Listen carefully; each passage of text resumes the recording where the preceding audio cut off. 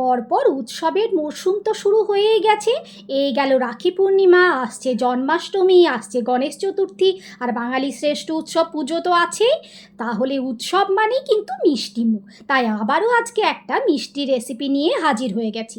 বানাচ্ছি দেওঘর স্টাইলের প্যারা রেসিপি। পুরো চাছির একটা প্যারা সন্দেশ এটা তোমরা চাইলে অনায়াসে মাসখানেক ফ্রিজে রেখে খেতে পারবে।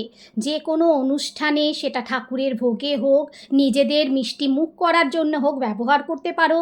এই যে আমাদের গোপু সোনার জন্মদিন আসছে, তাতেও তোমরা অনায়াসে এই প্যারা কিন্তু ভোগের জন্য বানাতেই পারো।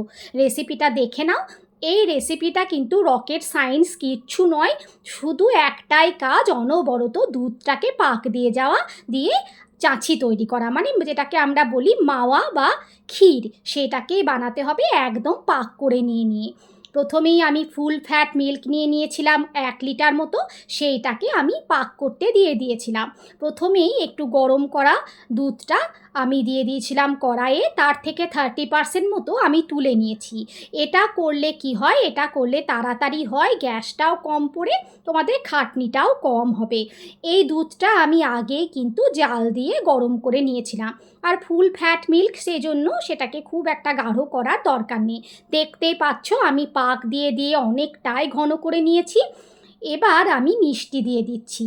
চিনিটা আমি খুব অল্পই রেখেছি, তোমরা তোমাদের স্বাদ অনুযায়ী মিষ্টিটা ব্যবহার করবে। এরকম একটা হাতার মতো যদি তোমাদের থাকে, তাহলে সেটা দিয়ে অনবরত নাড়তে থাকবে। তাহলে কি হবে, তাহলে যে দানা পেকে যায় বা যেটা লাম্পস হয়, সেটা থাকবে না। দেখতে পাচ্ছ আমার চাছিটা কিন্তু একদম রেডি হয়ে গেছে। খুব হালকা মিষ্টি আমি রেখেছি। এর সাথে আমি দেব কিছুটা এলাচের গুঁড়ো।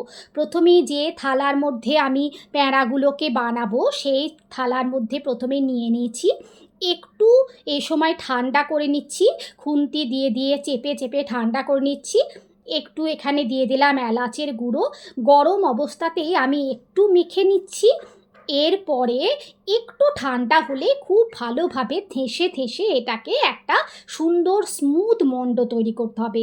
যতটা স্মুথ করতে পারবে, ততটাই প্যাঁড়াতে ক্র্যাক আসবে না। খুব সফট হয় এই প্যাঁড়াগুলো, মেল্ট ইন মাউথ, এত ভালো লাগে খেতে, তোমরা না বানালে বুঝতে পারবে না। দেখো আমি একটা মণ্ড মতো তৈরি করে নিচ্ছি। এটাকেই আমি দুটো ভাগে ভাগ করে দিচ্ছি। সেখান থেকে ছোট ছোট লেচি কেটে নিচ্ছি। খুব একটা ছোট আমি রাখিনি, আমি মিডিয়াম সাইজে রেখেছি, খুব বড়ও নয় খুব ছোটও নয়। কারণ দেওঘরের যে প্যাঁড়াগুলো হয়, সেগুলো কিন্তু একটু বড় সাইজেরই হয়, সেজন্য আমি একটু বড় সাইজে রেখেছি।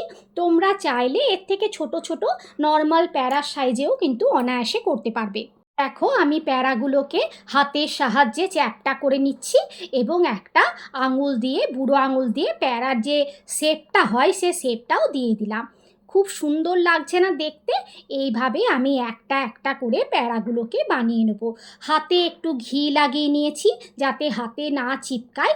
এমনিতেও কিন্তু যেহেতু আমরা ঘি মাখিয়েই এই যে চাছির পুরটা সেটা ঢেলেছিলাম, সেই জন্য ঘি না লাগালেও কোনো অসুবিধা নেই। এমনিতেও খুব সুন্দরভাবে তোমরা এই শেপটা দিয়ে দিতে পারবে। ওপর থেকে আমি একটু পিস্তা কুচি দিয়ে সাজিয়ে দিচ্ছি। এই উৎসবের মরশুমে এই প্যাঁড়াগুলো একবার বাড়িতে বানিয়ে দেখো, এত সুন্দর খেতে হয়, মেল্টিং মাউথ, প্রত্যেকের খুব পছন্দ হবে বাড়ির, এটা আমার গ্যারেন্টি। রেসিপিটা কেমন লাগলো আমাকে অবশ্যই কমেন্ট করে জানিও। ভালো লাগলে প্লিজ একটা লাইক করে দিও।